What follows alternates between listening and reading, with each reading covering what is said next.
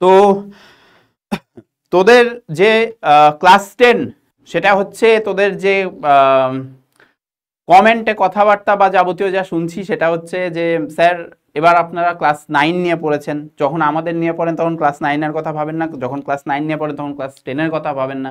তো এরকম কোনো ব্যাপার নেই বাবু, সব কিছু প্ল্যান ওয়াইজ হয় আমাদের।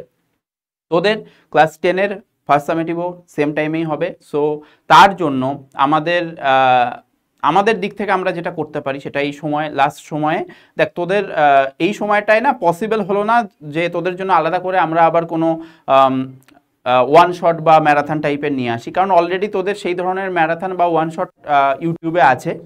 আমি সেটা দেখিয়ে দিচ্ছি কোথা থেকে সেগুলো তৈরি করবি।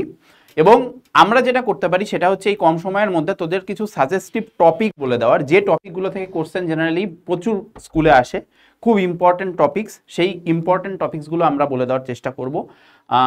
আমি সেগুলো দেখিয়ে দেবো, লিখে দেবো, সেই জায়গাগুলো যেন কোনো রকমভাবে মিস না হয়, ভালো করে সেই জায়গাগুলো ভালো করে পড়ে নেয়। এবং যদি চাস যে স্যার কোথা থেকে পড়বো বা কোথা থেকে লাস্ট টাইমের একটু ওয়ান শট টাইপসের হলে আমার ভালো হতো, তাহলে তার জন্য আমি তোদের বলতে পারি সেটা হচ্ছে আমাদের যে YouTube channel PW Bangla 9 and 10 সেটাই আসবি। আসার পরে তোরা প্লে লিস্টে ঢুকবি, ঠিক আছে? প্লে লিস্টে ঢুকলে তোরা রিসেন্টলি যারা মাধ্যমিক দিয়েছে তাদের জন্য আমরা ম্যারাথন এনেছিলাম, যদিও সেটা অনেক লেন্দি ম্যারাথন, কারণ ওটা পুরো বইয়ের ওপর ম্যারাথন। তো তোদের এমন কোনো চাপ নেই, ঠিক আছে? কোনো ব্যাপার না যে লেন্দি ম্যারাথন তাই বলে আমরা দেখতে পাবো না, ক্লাস 10-এর জিনিস তো সব সেম, ঠিক আছে? তো তোরা এখানে প্রত্যেকটা সাবজেক্টের ম্যারাথন দেখতে পাবি। এই কারণে এটা চুজ করলাম, কারণ এখানে তুই বাংলার পার্টও পেয়ে যাবি, ঠিক আছে? তো তোরা কি করবি, যেমন ধর লাইফ সায়েন্স, তাহলে লাইফ সায়েন্স পার্টে এলি। লাইফ সায়েন্সের এখানে তোদের কিন্তু প্রত্যেকটা সাবজেক্ট, প্রত্যেকটা চ্যাপ্টার কিন্তু আমি একদম ধরে ধরে যতটা পারা যায় ডিটেলে গিয়ে করিয়েছি। আমাদের সিলেবাসে যা আছে, আমাদের চ্যাপ্টার 1 আছে পুরোটা, যেটা বোর্ডের সিলেবাস, এবং চ্যাপ্টার 2 এর যে ফার্স্ট যে টপিকটা, যেটা সবচেয়ে ইম্পর্টেন্ট একটা টপিক চ্যাপ্টার 2 এর পুরো যতগুলো টপিক আছে তার মধ্যে, যেটা নর্মাল মাধ্যমিকের ক্ষেত্রেও বেশি ওয়েটেজ ক্যারি করে, তো সেল সাইকেল, সেল ডিভিশন, সেই অবধি আছে। তো সেই অবধি তোরা এই ভিডিওটা থেকে দেখে নিতে পারিস, একদম ভালো ডিটেলে এবং খুব ভালো করে অ্যানালিসিস করেই কিন্তু ভিডিওটা বানানো। সো এটা তোদের খুব ভালো হেল্প করবে, যে কোনো সাবজেক্টের ক্ষেত্রে তোরা এইগুলোর হেল্প নিতে পারিস, ঠিক আছে? এবং অনেক অনেক স্কুল না, কিছু কিছু স্কুলে আবার দেখেছি যে যা সিলেবাসে আছে আমাদের বোর্ড থেকে সেগুলো তো দিয়েছে, তার সাথে সাথে হয়তো চ্যাপ্টার 2 পুরোটাই দিয়ে দিয়েছে, চ্যাপ্টার 2 এর ফার্স্ট টপিকটা শুধু না দিয়ে চ্যাপ্টার 2ও পুরোটা, চ্যাপ্টার 1ও পুরোটা। আবার একটা দুটো স্কুলে আমি শুনলাম যে চ্যাপ্টার 1 এর সাথে চ্যাপ্টার 3 বা চ্যাপ্টার 5 এইরকম দিয়ে দিয়েছে। তো সেগুলোরও হেল্প কিন্তু তোরা এই একটা ভিডিও থেকে পেয়ে যাবি, অত বারবার ঘোরাঘুরির দরকার নেই, একটা জায়গাতেই তোরা পেয়ে যেতে পারবি। সেই কারণে আমি এই ম্যারাথনটাই চুজ করলাম, কারণ এছাড়াও আমাদের আরও অনেক ভিডিও আছে যেখান থেকে তোরা হেল্প নিতে পারিস, যেগুলো আমরা আগের বছর বা শুরু যখন আমরা করেছিলাম আমাদের এই চ্যানেলটা, সেখানে আমরা ওয়ান শট দিয়েছিলাম চ্যাপ্টার ওয়াইজ, সেখান থেকেও করতে পারিস তোরা, বাট সেখানে অনেক ঘাটাঘাটি করতে হবে। বাট এই একটা জায়গায় তোরা প্রত্যেকটা সাবজেক্টের ডিটেল অ্যানালিসিস বা ডিটেল যে রিভিশন ভালো করে পেয়ে যাবি, তাই এইটার হেল্প তোরা নিতে পারিস। এইবার যদি আমি চলে আসি যে আমার যে মেইন যে বক্তব্য সেই কথাটায়, সেটা হচ্ছে আজকে তোদের আমি কিছু লাস্ট টাইম সাজেশন দিতে চলেছি। সাজেশন বলতে ইম্পর্টেন্ট টপিকস এবং যেখান থেকে কোশ্চেন আসেই এবং আসবেও সেই জায়গাগুলো আমি তোদের দেখিয়ে দিতে চলেছি, সেগুলো ভালো করে নোট ডাউন করে নে, কারণ এটার পিডিএফ হয়তো সেরকমভাবে পাবি না, ঠিক আছে? সো ভালো করে আমি যখন লেখাচ্ছি সেগুলো লিখে নে, এবং সেই টপিকগুলো কিন্তু সুন্দর করে ম্যারাথন দেখার সময় সেইগুলোকে ভালো করে গুরুত্ব দিয়ে দেখে নিবি, এবং বই বা নোটস থাকলে সেগুলো থেকে দেখে নিতেই পারবি। তো দেখ, তোদের আমি চ্যাপ্টার 1 যদি ধরি,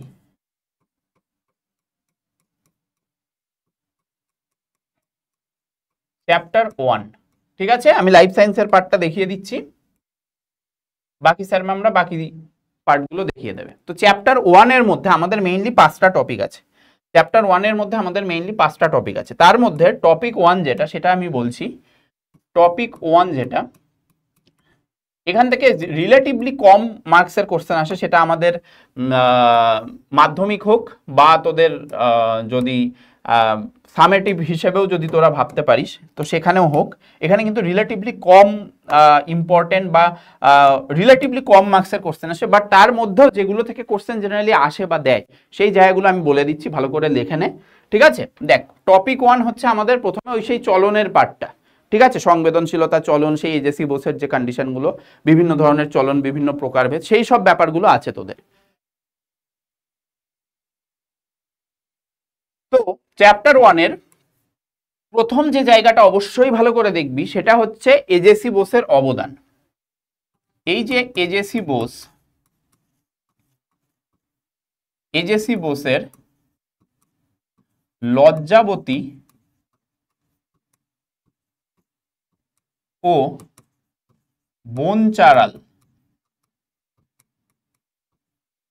ঠিক আছে, বনচারাল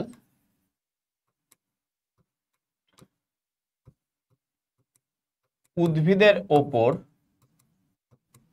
সংবেদনশীলতার পরীক্ষা, সংবেদনশীলতার পরীক্ষা খুব ইম্পর্টেন্ট, ঠিক আছে। এখান থেকে কিন্তু কোশ্চেন আসে এবং আসবেও। আমি বারবার বলছি, বিশেষ করে এই যে দুটো জিনিস আমি বললাম, এই যে দুটো ব্যাপার আমি বললাম, লজ্জাবতী আর বনচারাল, এই যে দুটো ব্যাপার আমি বললাম, এইখান থেকে কোশ্চেন আসে। কি কোশ্চেন আসে আমি সেটাও বলে দিই।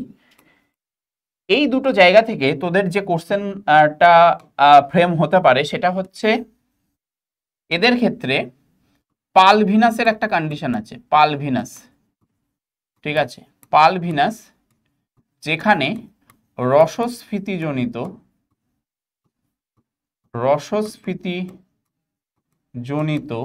তারতম্য, এই যে ব্যাপারটা, ঠিক আছে, এইটার ওপর কিন্তু কোশ্চেন দেয়, এইটার ওপর কোশ্চেন ফ্রেম হয়। সো এই জায়গাটাও কিন্তু ভালো করে দেখবি, পুরো কনসেপ্টটা ভালো করে ক্লিয়ার করে নিবি। আমার ম্যারাথনের মধ্যে আমি ভালো করে ক্লিয়ার করে দিয়েছি, তো সেই জায়গাটা ভালো করে দেখে নিবি, প্লাস বইতেও কিন্তু সুন্দর করে লেখা আছে। এইটা খুব ইম্পর্টেন্ট পার্ট, তাই আমি এটা একদম প্রথমে লিখলাম। নেক্সট যে পার্টটা দেখবি অবশ্যই, সেইটা হচ্ছে আমাদের এই টপিক থেকে সেকেন্ড যে পার্টটা, সেটা হচ্ছে চলন ও গমনের মধ্যে সম্পর্ক। বুঝলি, চলন আর গমনের মধ্যে সম্পর্ক, এই দুটোর মধ্যে সম্পর্ক কি, কে কার উপর নির্ভরশীল, কে কার উপর নির্ভরশীল না, বা এই দুটোর মধ্যে কিন্তু পার্থক্য আসতে পারে, সম্পর্ক বা তুলনা। একটা জিনিস যদি বেসিক ব্যাপারটা, যদি কনসেপ্ট ব্যাপারটা যদি এই দুটোর ব্যাপার জেনে যাস, তাহলে কিন্তু তোরা আরামসে লিখতে পারবি, ঠিক আছে। তো এই জায়গাটা খুব ইম্পর্টেন্ট। নেক্সট যেটা ইম্পর্টেন্ট সেটা হচ্ছে 3 নম্বর যে পার্টটা, সেটা হচ্ছে তোদের আমি বলবো রোটেশন সার্কুলেশন খুব একটা স্কুলে দেয় না জেনারেলি, আর এপিনেস্টে হাইপোনেস্টে খুব একটা দেয় না, ঠিক আছে। যেটা দেয় সেটা হচ্ছে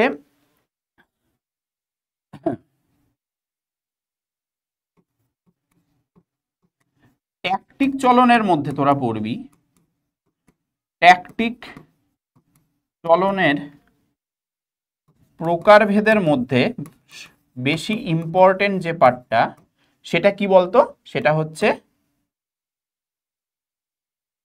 কেমোট্যাকটিক চলন। বুঝলি, কেমোট্যাকটিক চলন মানে কোন পার্টটা, যারা পড়েছিস তারা বুঝতে পারবি যে কোন পার্টের কথা আমি বলছি। কেমোট্যাকটিক চলনের মধ্যে আমরা সেই মশের শুক্রাণু, ঠিক আছে, আর ফার্নের শুক্রাণুর একটা কন্ডিশন বলেছিলাম, মশের শুক্রাণু আর ফার্নের শুক্রাণুর একটা কন্ডিশন বলেছিলাম, যে এই দু ধরনের শুক্রাণু তারা কোন রাসায়নিক পদার্থের তারতম্যের জন্য সেই দিকে গমন ঘটায়। তো সেই যে ব্যাপারটা সেটা অবশ্যই মাথায় রাখবি। তোরা জানিস মশেরটা হচ্ছে সুক্রোজ, ঠিক আছে, আর ফার্নেরটা হচ্ছে ম্যালিক অ্যাসিড।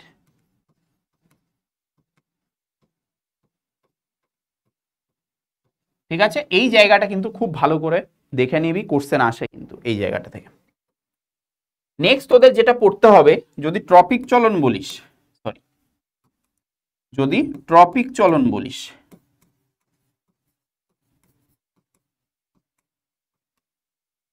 ঠিক আছে, যদি ট্রপিক চলনের ব্যাপারটা বলিস, তাহলে অবশ্যই এই ট্রপিক চলনের বৈশিষ্ট্যগুলো অবশ্যই খেয়াল রাখবি।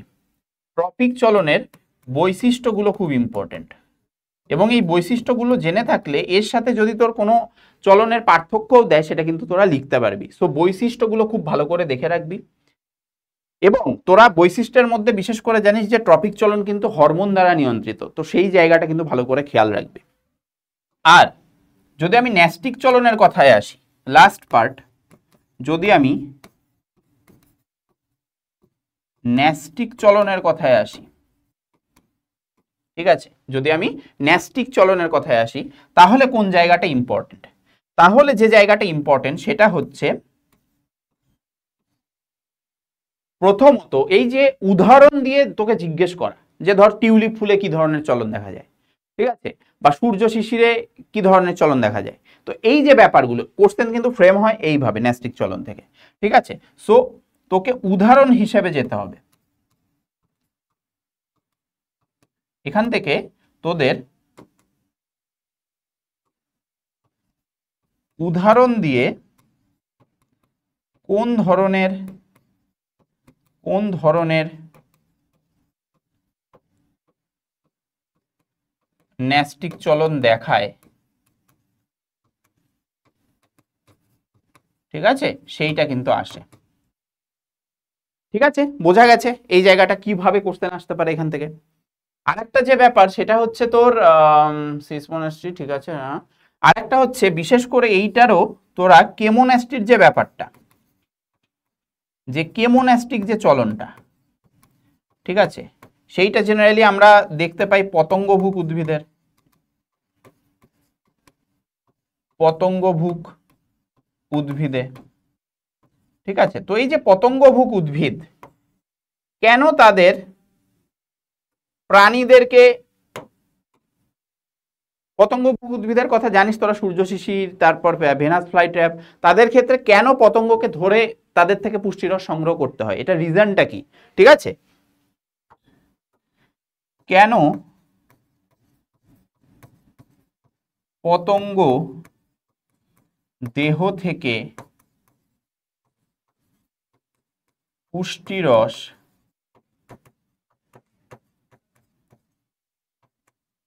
শোষণের দরকার পড়ে,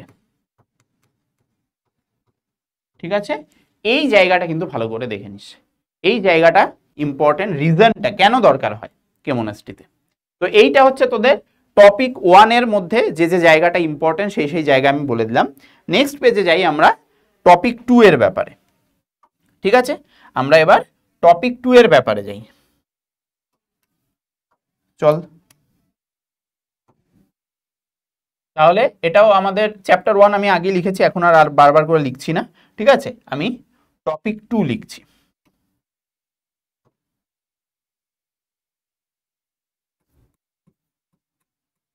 টপিক 2, টপিক 2 তো জানিস তোরা কি, টপিক 2 তে কি থাকে জানিস তোরা?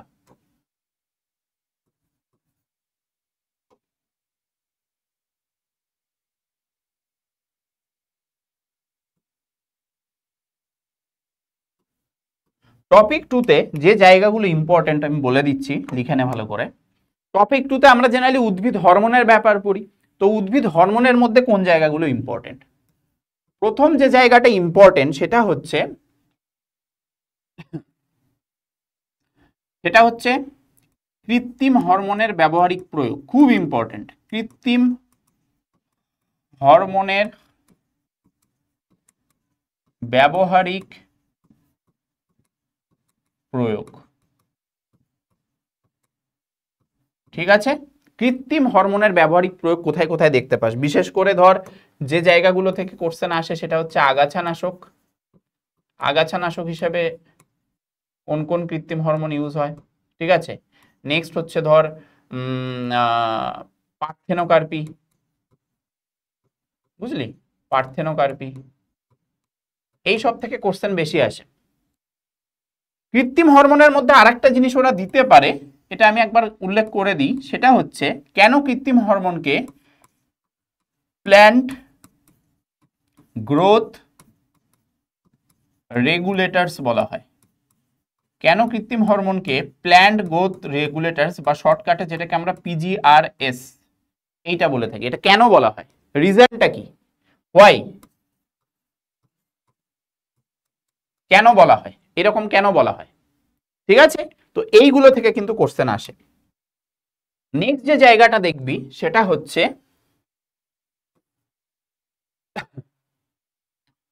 প্রথমত প্রত্যেকটা হরমোনের অক্সিন জিব্বেরেলিন,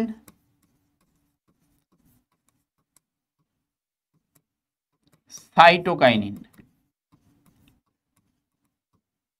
এই তিনটে প্রধান হরমোন। ঠিক আছে, এই তিনটে প্রধান হরমোনের কি করবি, কি কি জিনিস দেখবি তোরা? এই তিনটে প্রধান হরমোনের প্রত্যেকটা থেকে কি দেখতে হবে তোদের? সেটা হচ্ছে উৎস কি, ঠিক আছে, উৎস কি, এদের রাসায়নিক প্রকৃতি কি, এদের রাসায়নিক প্রকৃতি কেমন, ঠিক আছে, উৎস কোথা থেকে খরিত হচ্ছে, অক্সিন কোথা থেকে জিব্বেরেলিন খরিত হচ্ছে, এদের রাসায়নিক প্রকৃতি কি রকম, এই জায়গাগুলো কিন্তু ভালো করে দেখবি।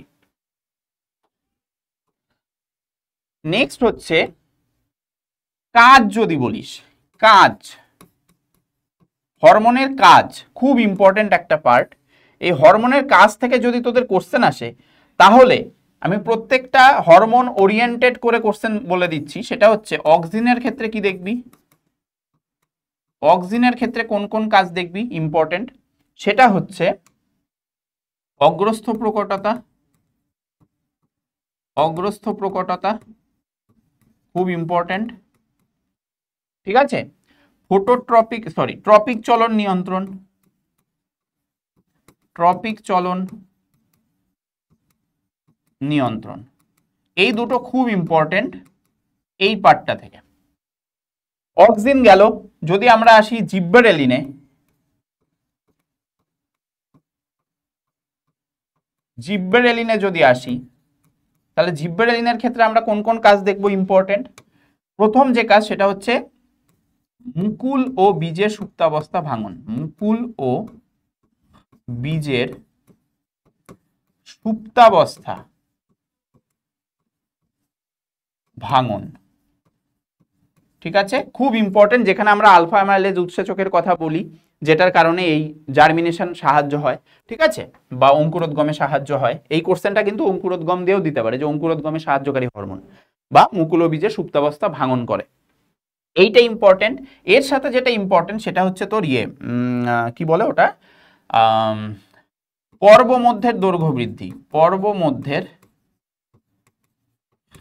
দৈর্ঘ্য বৃদ্ধি, এটাও কিন্তু ততটাই ইম্পর্টেন্ট, যেটাকে আমরা বোল্টিং প্রসেস বলি, বুঝলি? এইটা ভালো করে দেখে নিবি। সাইটোকাইনিনের দিক থেকে যদি আসি, আমি সাইটোকাইনিনের কথায় যদি আসি, তাহলে কোন জায়গাগুলো দেখবি, কোন কাজগুলো তোদের ইম্পর্টেন্ট? সাইটোকাইনিনের কাজের মধ্যে প্রথম যে কাজটা ইম্পর্টেন্ট সেটা হচ্ছে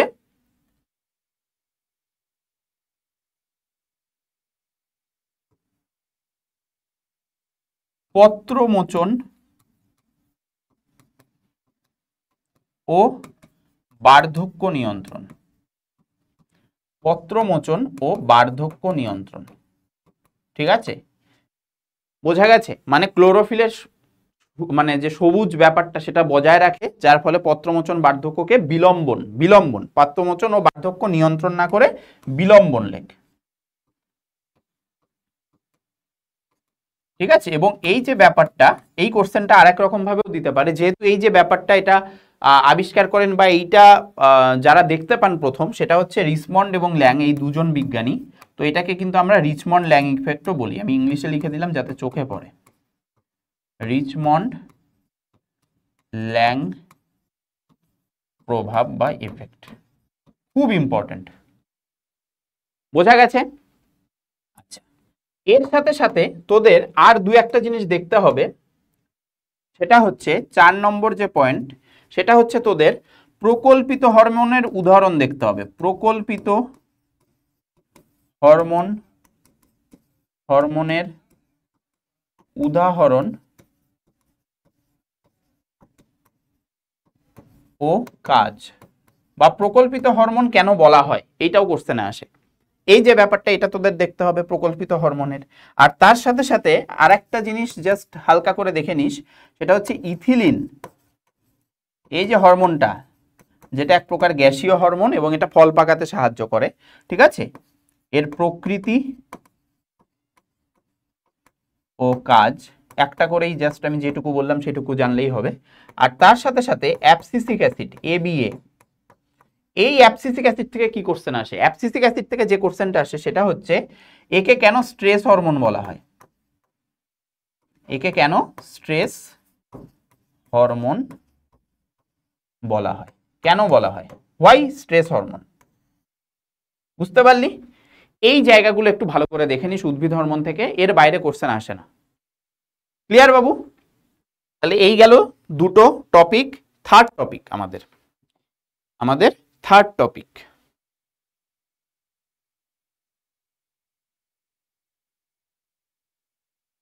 থার্ড টপিকে যদি আমি যাই তাহলে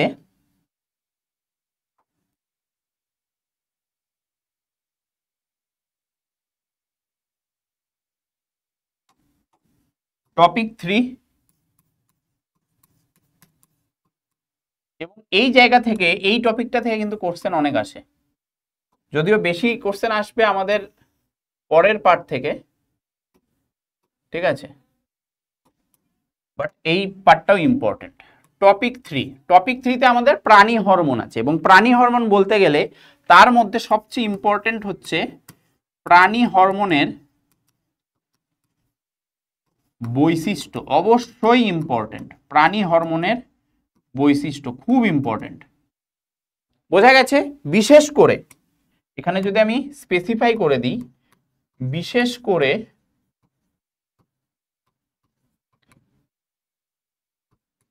ফিডব্যাক কন্ট্রোল,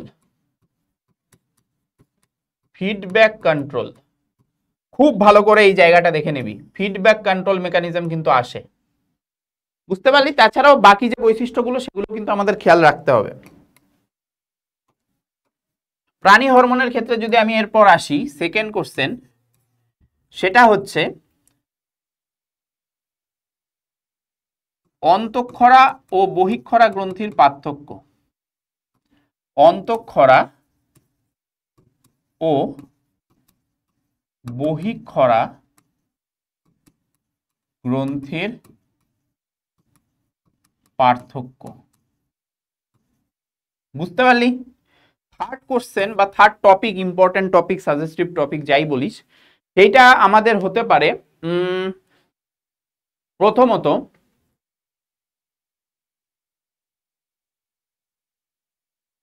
ট্রফিক হরমোন কাকে বলে? ট্রফিক হরমোন কোনগুলো? ট্রফিক হরমোন কোনগুলো তোরা জানিস যে ট্রফিক হরমোন জেনারেলি অগ্র পিটুইটারি নিঃসৃত হরমোনগুলোকে বলা হয়, বিশেষ করে অগ্র পিটুইটারি নিঃসৃত হরমোন, ঠিক আছে? সেই অগ্র পিটুইটারি নিঃসৃত যে হরমোনগুলো আছে, এক্সাম্পল হিসেবে তুই এসিটিএইচ ধরতে পারিস, ঠিক আছে, এসটিএইচ ধরতে পারিস, জিটিএইচ ধরতে পারিস, যার মধ্যে এফএসএইচ, এলএইচ, এগুলোর কাজ ইম্পর্টেন্ট, ঠিক আছে? এগুলোর কিন্তু কাজগুলো ভালো করে দেখবি। আর তার সাথে আমরা বলতে পারি পশ্চাৎ পিটুইটারি,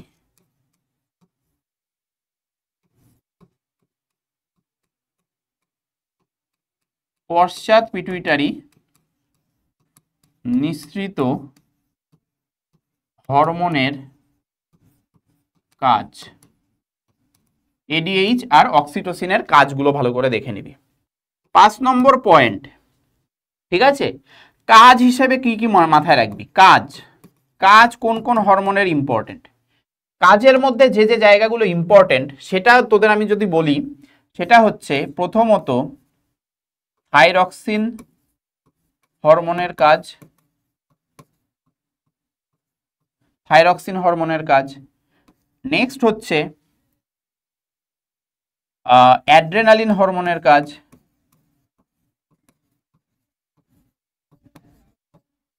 ঠিক আছে, এর কাজ। এরপর হচ্ছে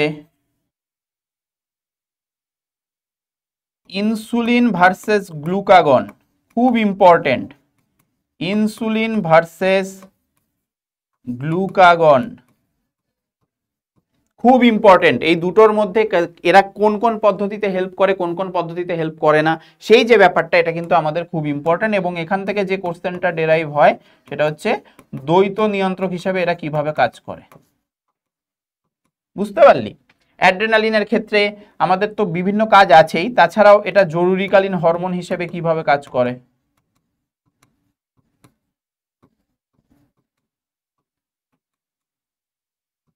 ঠিক আছে, বিশেষ করে ওই অ্যারেক্টোরেস পিলাই মাসেল,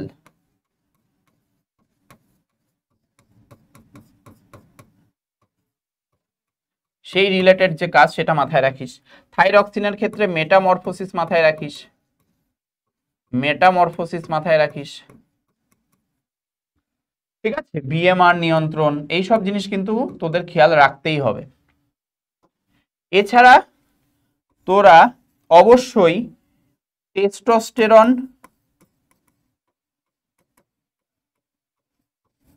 ঠিক আছে, ইস্ট্রোজেন অ্যান্ড প্রোজেস্টেরন হরমোনের কাজগুলো মাথায় রাখবি। টেস্টোস্টেরন আর ইস্ট্রোজেনের কাজ মোটামুটি একই রকম, শুধু সেক্স আলাদা আলাদা। টেস্টোস্টেরন ছেলেদের শুক্রাশয় থেকে খরিত হয়, ইস্ট্রোজেন হচ্ছে মেয়েদের ডিম্বাশয় থেকে খরিত হয়। তো কিন্তু তারা যে কাজগুলো করে মোটামুটি সিমিলার কাজ। আর প্রোজেস্টেরনের কাজটা ইস্ট্রোজেনের ডিফারেন্ট হয়। ইস্ট্রোজেন যেমন ধর ডিম্বাণু তৈরি এগুলো নিয়ন্ত্রণ করে, রজচক্র নিয়ন্ত্রণ এইসব করে, কিন্তু এরা কিন্তু গর্ভ মানে আমাদের যে প্রেগনেন্সির ব্যাপার স্যাপার সেই সব রিলেটেড কাজগুলো করে। তো সেই জায়গাটা একটু দেখে নিস। আর লাস্ট যে পার্টটা সেটা হচ্ছে তোদের ক্ষরণজনিত অস্বাভাবিকতার মধ্যে ইম্পর্টেন্ট ক্ষরণজনিত অস্বাভাবিকতা, এইটার মধ্যে যদি আমি ইম্পর্টেন্ট বলি তাহলে প্রথমত সবচেয়ে ইম্পর্টেন্ট সেটা হচ্ছে বহুমূত্র ভার্সেস মধুমেহ। ঠিক আছে, এরপর যেটা ইম্পর্টেন্ট সেটা হচ্ছে তোদের গলগণ্ড রোগ। বুঝতে পারলি সেটা কিভাবে রেগুলেট হয়, গলগণ্ড, এক্সোপথ্যালমিক গয়টার, এইসব কিভাবে রেগুলেট হয়।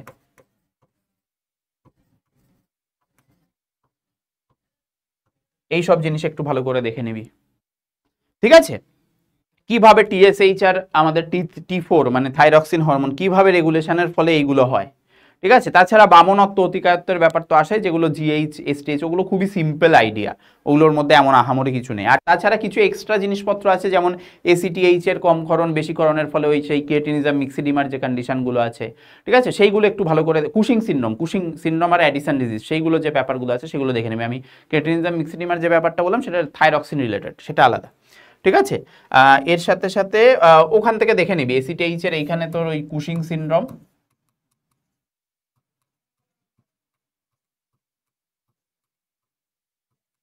অ্যাডিসন ডিজিজ, এই ব্যাপারগুলো একটু আইডিয়া নিয়ে নিবি। সিম্পল এক লাইনের আইডিয়া, ক্লিয়ার? এগুলো তোরা ইয়েতেই পেয়ে যাবি, আমাদের ওই যে ভিডিওটার কথা বললাম রেফার করলাম সেইটা দেখলেই পেয়ে যাবি। এইবার আমাদের সবচেয়ে ইম্পর্টেন্ট টপিক যেটা, সেটা হচ্ছে টপিক 4। সবচেয়ে ইম্পর্টেন্ট টপিক, এখান থেকে প্রচুর কোশ্চেন আসে এবং হাই ওয়েটেজ টপিক। সেটা শুধুমাত্র আমাদের সামেটিভের জন্য না, আমাদের কিন্তু সেম ভাবে ইয়ের জন্য, আমাদের মাধ্যমিকের জন্য। এইখান থেকে যে জায়গাগুলো তোরা দেখবি সেটা হচ্ছে, প্রথমেই আমি বলবো হরমোন বনাম স্নায়ুতন্ত্র। হরমোন বনাম স্নায়ুতন্ত্র খুব ইম্পর্টেন্ট, হরমোন বনাম স্নায়ুতন্ত্র, ক্লিয়ার? পার্থক্য।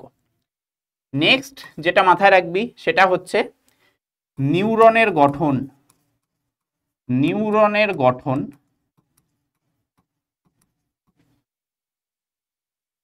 আর নিউরোগ্লিয়ার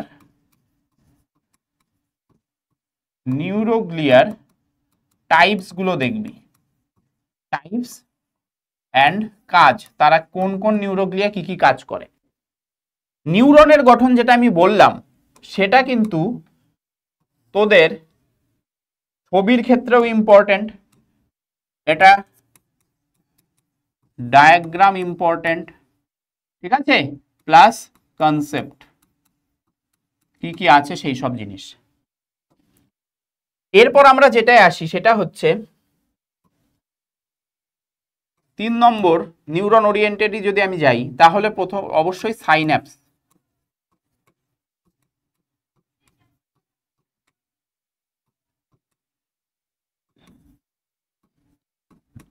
সাইন্যাপসের মধ্যে দিয়ে স্নায়ু স্পন্দন কিভাবে হয় এগোয়, ঠিক আছে? স্নায়ু স্পন্দন এগোনোর যে প্রসেসটা সেইটা অবশ্যই ভালো করে দেখে নিবি। 4 নম্বর ব্যাপার যদি আমি বলি সেটা হচ্ছে স্নায়ু ও স্নায়ু গ্রন্থি, এইটার কনসেপ্ট ভালো করে দেখে নিস। স্নায়ু ও স্নায়ু গ্রন্থির কনসেপ্টটা ভালো করে দেখে নিস, কোনটা কোষদেহ নিয়ে তৈরি, কোনটা অ্যাকশনের পার্ট নিয়ে তৈরি, এটা কিন্তু খুব ইম্পর্টেন্ট, ঠিক আছে? এই জায়গাটা থেকে কিন্তু কোশ্চেন আসে, বোঝা গেল? আচ্ছা, এইটা যদি যায় তারপরে আমাদের যে পার্টটা আসে সেটা হচ্ছে ঐকেন্দ্রীয় স্নায়ুতন্ত্র, প্রান্তীয় স্নায়ুতন্ত্র, ওগুলোর যে প্রকারভেদ যাবতীয় যা আছে তার মধ্যে আমি করোটিক স্নায়ু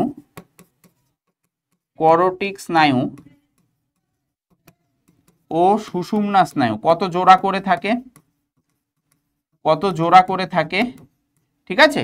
তার সাথে সাথে করোটিক স্নায়ুর যে 12 জোড়া সেগুলো কোন ধরনের, এর প্রকৃতিগুলো কি, সেগুলো অবশ্যই ইম্পর্টেন্ট, খুব ইম্পর্টেন্ট। কোনটা সংবেদী স্নায়ু, কোনটা চেষ্টীয় স্নায়ু, কোনটা মিশ্র স্নায়ু, এই জায়গাগুলো কিন্তু ইম্পর্টেন্ট, প্রত্যেকটা টাইপস হিসাবে আসবে।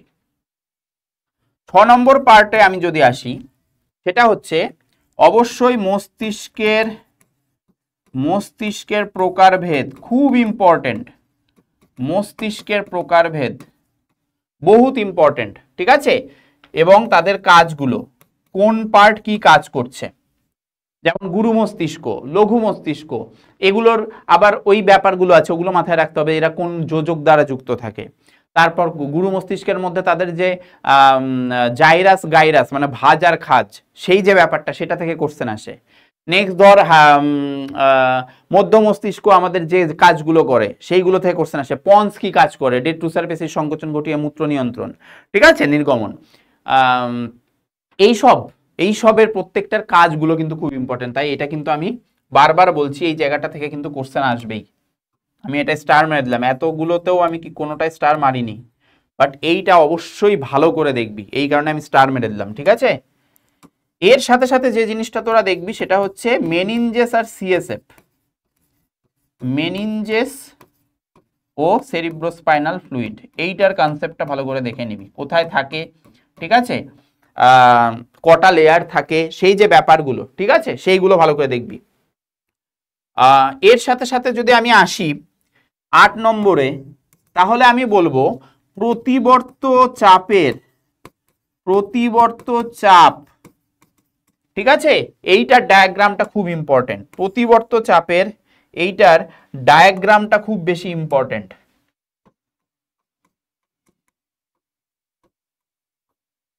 ঠিক আছে? প্রতিবর্ত চাপের ডায়াগ্রাম ভালো করে পড়বি। আচ্ছা, এর সাথে সাথে আমরা পরবর্তী পার্টে যদি চলে আসি, 9 নম্বর পার্টে আমি লিখব চোখের বিভিন্ন অংশের কাজ। দেখ, এখানে আমি চোখের ডায়াগ্রাম কেন বলছি না, তোরা অবশ্যই প্র্যাকটিস করবি আঁকার, কিন্তু স্কুলে অবশ্যই এগুলো কোনো ম্যাটার করে না যে এই বছর কোনটা মাধ্যমিকে এসছে সেটা আমি দিলাম না স্টুডেন্টদের, অনেক সময় দিয়ে দেয় স্কুল। তো চোখ কিন্তু এবার এসছে মাধ্যমিকে, তো এটা না দেওয়াটাই উচিত, যাতে তোরা প্রথম থেকে প্র্যাকটিস করতে থাকিস যেগুলোর দরকার। এই দুটো খুব ইম্পর্টেন্ট, এই দুটোর মধ্যে একটা আসবে এবার মাধ্যমিকে, ঠিক আছে? চোখের বিভিন্ন অংশ, এটা তোরা, ওই জন্য আমি কাজ বললাম যে কোন পার্ট কি কি কাজে সাহায্য করছে, সেই জায়গাগুলো ভালো করে দেখবি। বিশেষ করে এখানে যদি আমি লিখে দিই বিশেষ করে রেটিনা অংশ বহুত ইম্পর্টেন্ট, যত ইচ্ছা তুই স্টার লাগিয়ে যা, ঠিক আছে? এটা কিন্তু প্রচুর ইম্পর্টেন্ট একটা পার্ট। ক্লিয়ার বাবু? চল পরের পার্টে আসি, 10 নম্বর পার্ট। এটা গেল। তারপর তোরা দেখতে পাবি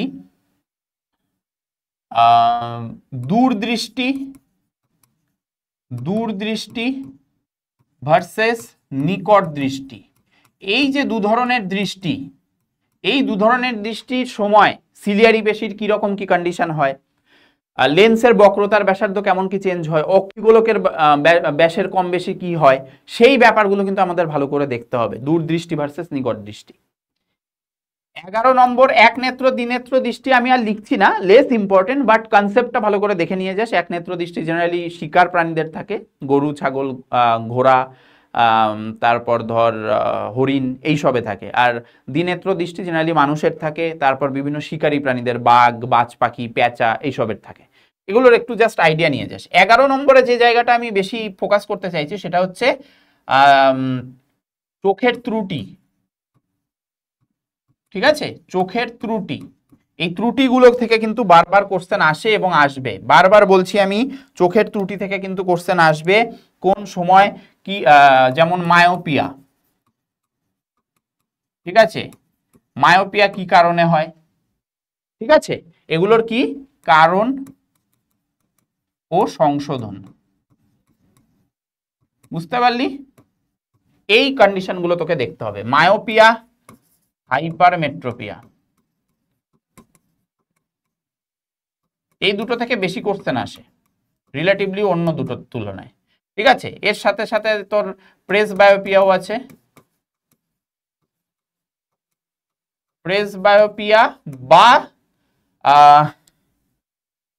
প্রেসবায়োপিয়া ও আমি ছানি লিখে দিলাম, কারণ এই দুটোর থেকে যে কোনো একটা থেকে কোশ্চেন আসে, তো লেস ইম্পর্টেন্ট, এই দুটো বেশি ইম্পর্টেন্ট, মায়োপিয়া আর হাইপারমেট্রোপিয়াটা বেশি ইম্পর্টেন্ট।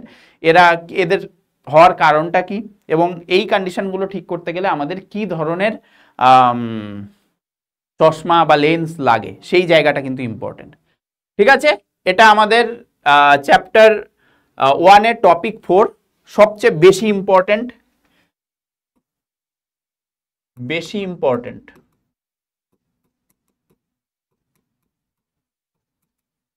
বেশি ইম্পর্টেন্ট পার্ট।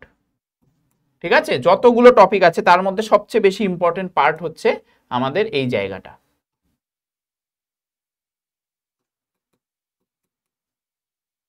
বোঝা গেছে বাবু? হলো। এরপর আমাদের গমন পার্টে আসি, টপিক 5। ঠিক আছে, গমন পার্ট খুব সিম্পল হয়, খুব একটা আহামরি কিছু চিন্তা ভাবনার ব্যাপার নেই। গমন পার্টের মধ্যে ফার্স্ট যে পার্টটা সেটা হচ্ছে তোদের গমনের চালিকা শক্তি, খুব ইম্পর্টেন্ট, বারবার কোশ্চেন আসে গমনের চালিকা শক্তি, এবং এটাকে বারবার কিন্তু বিভিন্ন ভাষায় দেয়, চালিকা শক্তি না দিয়ে গুরুত্ব দিয়ে দিল, উদ্দেশ্য দিয়ে দিল, ঠিক আছে, কারণ দিয়ে দিল, গমন কেন হয়, এইসবের। নেক্সট হচ্ছে অ্যামিবয়েড গমন। এই যে 3 ধরনের গমন আছে তার মধ্যে সবচেয়ে ইম্পর্টেন্ট অ্যামিবয়েড গমন, মানে এককোষী যে গমনগুলো আছে তার মধ্যে সবচেয়ে ইম্পর্টেন্ট হচ্ছে অ্যামিবয়েড গমন। ঠিক আছে, এইটা আরো কাদের কাদের দেখা যায়, আরো কোথায় কোথায় দেখতে পাওয়া যায়,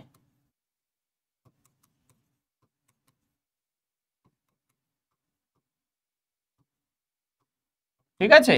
আর তার থেকে যেটা বড় ব্যাপার সেটা মাথায় রাখবি, সেটা হচ্ছে অ্যামিবয়েড গমনের যে এটা হচ্ছে সেই সলজেল থিওরি, কিভাবে ঘটে সলজেল থিওরির মাধ্যমে,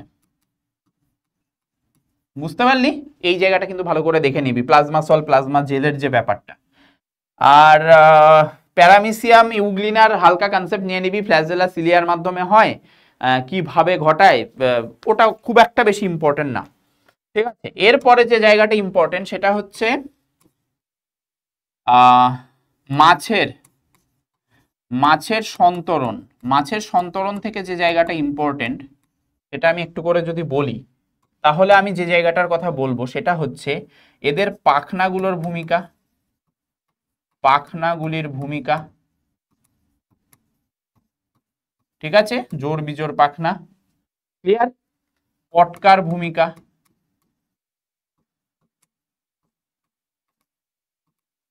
এই জায়গাগুলো ভালো করে দেখে নিবি। হ্যাঁ, মায়াটম পেশি আছে, এগুলো থেকে কোশ্চেন আসে কিন্তু।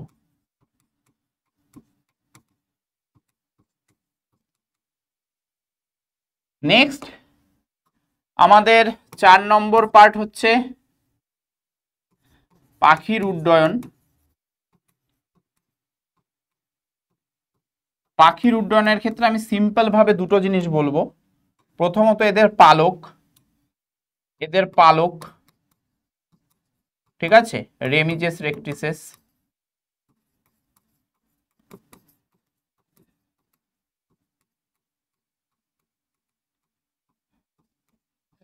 এরা কত সংখ্যায় থাকে, রেমিজেস কটা থাকে, রেকটিসেস কটা থাকে, সেই ব্যাপারটা মাথায় রাখবি। আর যেটা আসে সেটা হচ্ছে পাখির উড্ডয়ন থেকে, সেটা হচ্ছে পেশির ভূমিকা, পেশির ভূমিকা, ঠিক আছে, যেটার মধ্যে তোরা জানিস কি কি পেশি হয়, পেক্টোরালিস মেজর,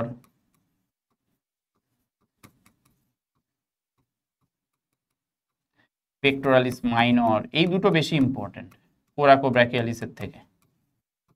বুঝতে পারলি? এই দুটো ভালো করে দেখে নিবি। নেক্সট আমরা যদি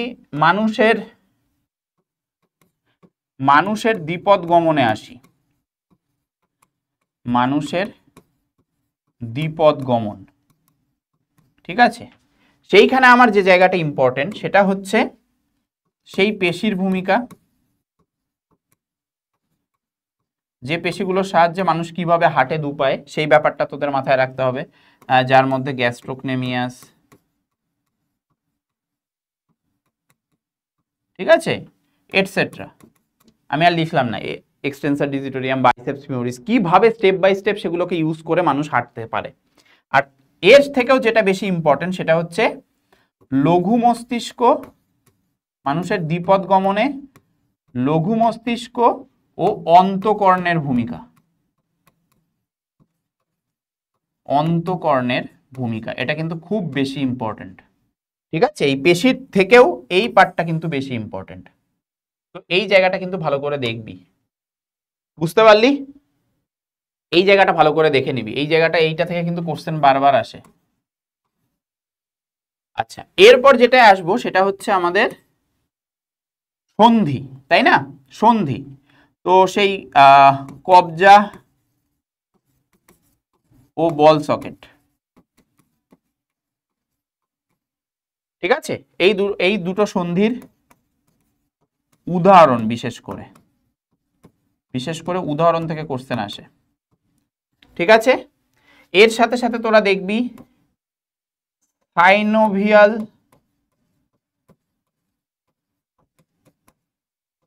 তরল, তার ভূমিকা কি, তার সাথে সাথে টেন্ডন আর লিগামেন্টের কনসেপ্ট দেখে নিবি, টেন্ডন আর লিগামেন্টের কনসেপ্ট, বুঝতে পারলি? এই জায়গাটা দেখে নিবি। লাস্ট যে পার্টটা সেটা হচ্ছে কঙ্কাল সন্ধির ভূমিকা। তো কঙ্কাল সন্ধির ভূমিকার মধ্যে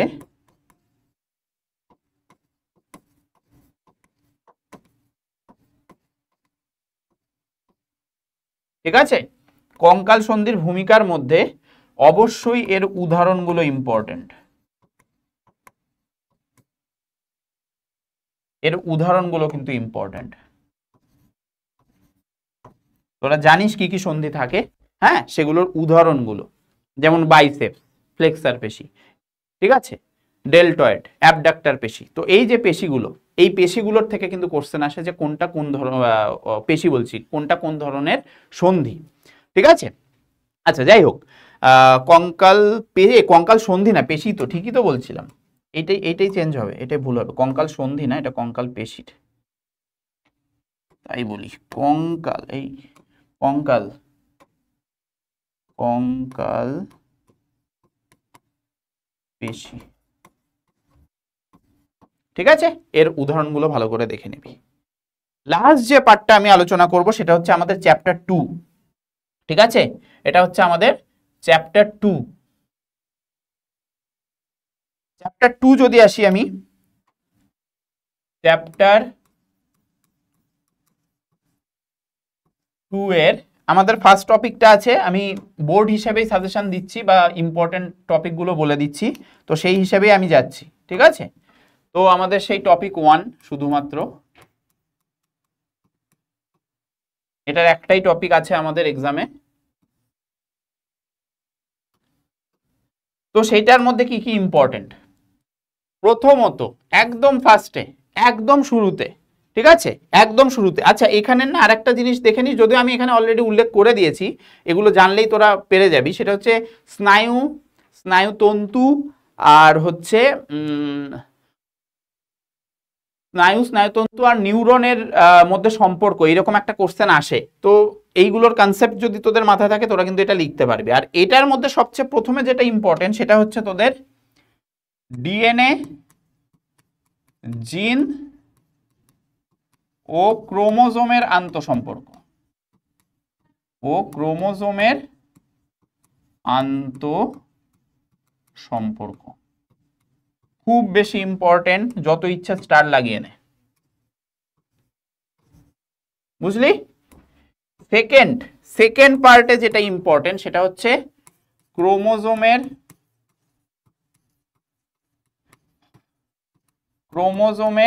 গঠন, খুব বেশি ইম্পর্টেন্ট। এবং এটা শুধুমাত্র ইম্পর্টেন্ট যে এটা ইয়ের জন্য তা না, এটা কিন্তু ডায়াগ্রাম অবশ্যই ভালো করে প্র্যাকটিস করবি, এবার আসার চান্স আছে মাধ্যমিকেও।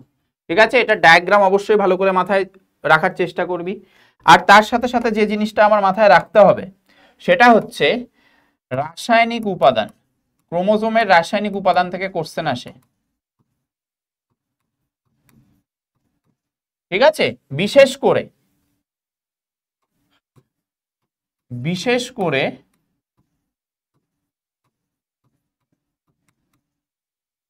হিস্টোন ও নন হিস্টোন প্রোটিন, এইটা থেকে কোশ্চেন আসে বারবার। এর সাথে সাথে তোরা যে জিনিসটা দেখে নিবি, ডিএনএ ভার্সেস আরএনএটা একবার দেখে নিবি। এটা তোরা ক্লাস 9-এও পড়ে এসেছিস সেকেন্ড চ্যাপ্টারে। তার সাথে সাথে যেটা ইম্পর্টেন্ট সেটা হচ্ছে ইউক্রোমাটিন আর হেটেরোক্রোমাটিনের পার্থক্য। ইউক্রোমাটিন ও হেটেরোক্রোমাটিনের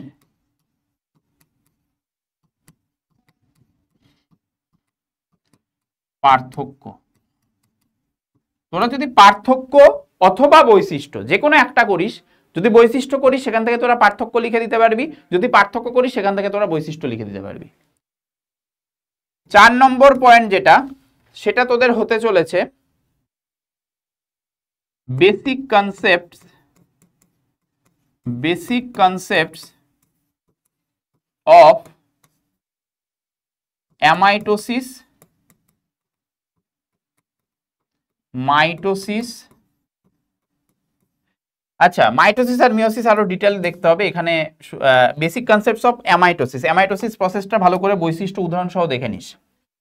5 নম্বর পয়েন্টে মাইটোসিসের ক্ষেত্রে আমি কোন জায়গাটা ইম্পর্টেন্ট বলবো। মাইটোসিস কোষ বিভাজনের মধ্যে সবচেয়ে যে জায়গাটা ইম্পর্টেন্ট সেটা কি, সেটা হচ্ছে আমাদের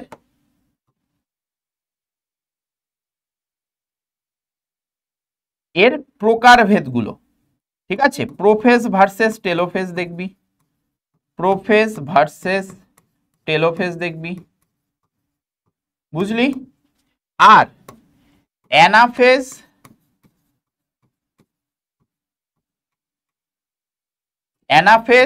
আর মেটাফেজ, এই যে দুটো কন্ডিশন আছে, বিশেষ করে অ্যানাফেজ এসছে, মেটাফেজ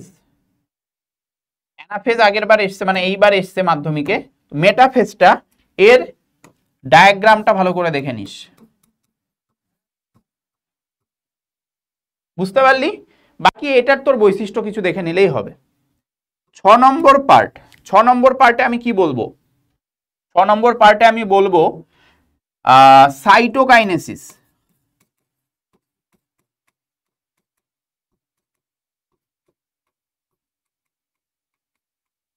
সাইটোকাইনেসিস যে পার্টটা আছে সেইটার মধ্যে উদ্ভিদ ভার্সেস প্রাণী, উদ্ভিদের সাইটোকাইনেসিস কিভাবে হয়, প্রাণীর সাইটোকাইনেসিস কিভাবে হয়, সেই ব্যাপারটা। আর সাইটোকাইনেসিসের গুরুত্ব, এইটার অবশ্যই এই জায়গাটা অবশ্যই দেখে নিস, গুরুত্বটা কেন সাইটোকাইনেসিস দরকার। ঠিক আছে। আর উদ্ভিদ প্রাণীর ক্ষেত্রে সাইটোকাইনেসিস কিভাবে হয়, তাদের ওই বা তাদের যে উদ্ভিদের ক্ষেত্রে ব্যামতন্তু কি দিয়ে গঠিত হয়, প্রাণীর ক্ষেত্রে কি দিয়ে গঠিত হয়, তার সাথে সাথে সাইটোকাইনেসিস কিভাবে হয়। উদ্ভিদের ক্ষেত্রে এটা সেল প্লেট দিয়ে, আর প্রাণীর ক্ষেত্রে এটা ফারো বা ক্লিভেজ।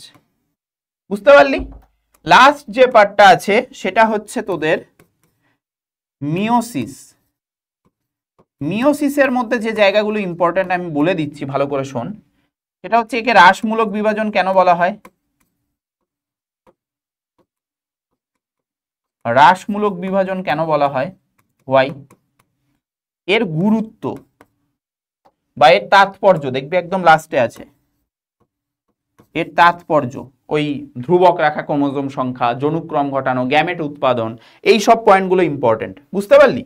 হ্রাসমূলক বিভাজন কেন বলা হয়, এর সাথে সাথে যে জায়গাটা দেখবি সেটা হচ্ছে মিওসিসের ক্ষেত্রে সাইন্যাপসিস, সাইন্যাপসিস আর ক্রসিং ওভার, এই যে দুটো ব্যাপারটা খুব ভালো করে দেখে নিবি। এই দুটো ব্যাপার যত ইচ্ছে তুই স্টার মেরে রাখ, কোশ্চেন কিন্তু এখান থেকে আসে।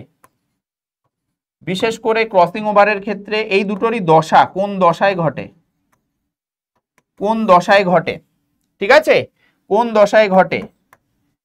আর ক্রসিং ওভারের ক্ষেত্রে আর একটা জিনিস আছে কায়াজমা, সেইটা কাকে বলা হয়, কায়াজমা কখন গঠিত হয়, এই যে ব্যাপারটা, এইগুলো ভালো করে দেখ, এর বাইরে কোশ্চেন আসে না বাবু। ফিগারের ক্ষেত্রে আমি বলে দিয়েছি, যে যে ডায়াগ্রামগুলো আমি বলে দিয়েছি সেগুলো ইম্পর্টেন্ট, ভালো করে দেখে নিস। মেটাফেসটা ভালো করে প্র্যাকটিস করবি, ক্রোমোজোমের গঠন এখান থেকে ভালো করে প্র্যাকটিস করবি। নেক্সট হচ্ছে এখান থেকে যেগুলো প্র্যাকটিস করবি সেটা হচ্ছে একটা হচ্ছে নিউরনের গঠন, আর একটা হচ্ছে প্রতিবর্ত চাপের গঠন, ঠিক আছে। চোখের গঠনটা রিলেটিভলি কম আসে, বাট স্কুল হিসেবে দিয়েও দিতে পারে, ঠিক আছে। এই জন্য চোখের গঠনটা প্র্যাকটিস করে রাখিস, স্কুলে কিন্তু দিয়ে দেয়, ওরা অত মাধ্যমিক হিসাবে ফলো করে যায় না। তো এই হচ্ছে তোদের সাজেশন বা যা ইচ্ছে বলতে পারিস। তো আশা করি ভালো করে ওই ম্যারাথন যেটা আছে সেটার হেল্প নিয়ে এবং এই সাজেশনের হেল্প নিয়ে ভালো করে প্র্যাকটিস করে যা, তোদের কিন্তু খুব ভালো হবে এক্সাম। আমার তরফ থেকে প্রচুর উইশেস, খুব ভালো হবে। কোশ্চেন পেপার অবশ্যই শেয়ার করবি, পাঠাবি, যাদের সাথে আমার যোগাযোগ আছে অবশ্যই টেলিগ্রামে পাঠাবি, আর বাকিরা জানাবি অবশ্যই কেমন কি হলো। আশা করি এটা খুব হেল্প করবে। আমি চেষ্টা করব যদি এটার পিডিএফটা তোদের দিয়ে দেওয়া যায়, আমি চেষ্টা করব, সেভ করে নিচ্ছি। আর যেভাবে বললাম সেইভাবে ফলো কর। এই যে যে জায়গাগুলো ইম্পর্টেন্ট আমি বলে দিয়েছি সেগুলো যেন একটুকুও ছাড়া না যায়। এর এটা মানে বাকি যা ইচ্ছা এক্সট্রা পড়লে পর, কিন্তু এই যে যে ইম্পর্টেন্ট জায়গাগুলো আমি বলেছি, যে যে কিছু কিছু কাজগুলো আমি ইম্পর্টেন্ট বলে দিয়েছি, অনেকগুলো কাজ আছে তার মধ্যে আমি কয়েকটা স্পেসিফিক কাজ বলে দিয়েছি, সেইগুলো যেন কোনোভাবেই মিস না যায়। সেগুলো থেকে কিন্তু কোশ্চেন আসে আর আসবে, ঠিক আছে, মিলিয়ে নিস লাস্টে। তো চলো আজকের মতো এটুকুই, আশা করি খুব হেল্প করবে। অল দ্য বেস্ট বাবু, খুব ভালো করে ফাটিয়ে এক্সাম দে, কোনো রকম চিন্তা ভাবনা ছাড়া। স্কুলে এক্সাম হবে, কোনো চিন্তা নেই, ঠিক আছে। দারুণ করে ভালো করে এক্সাম দে এবং আমাদের জানাস, ঠিক আছে। চলো টাটা, বাই।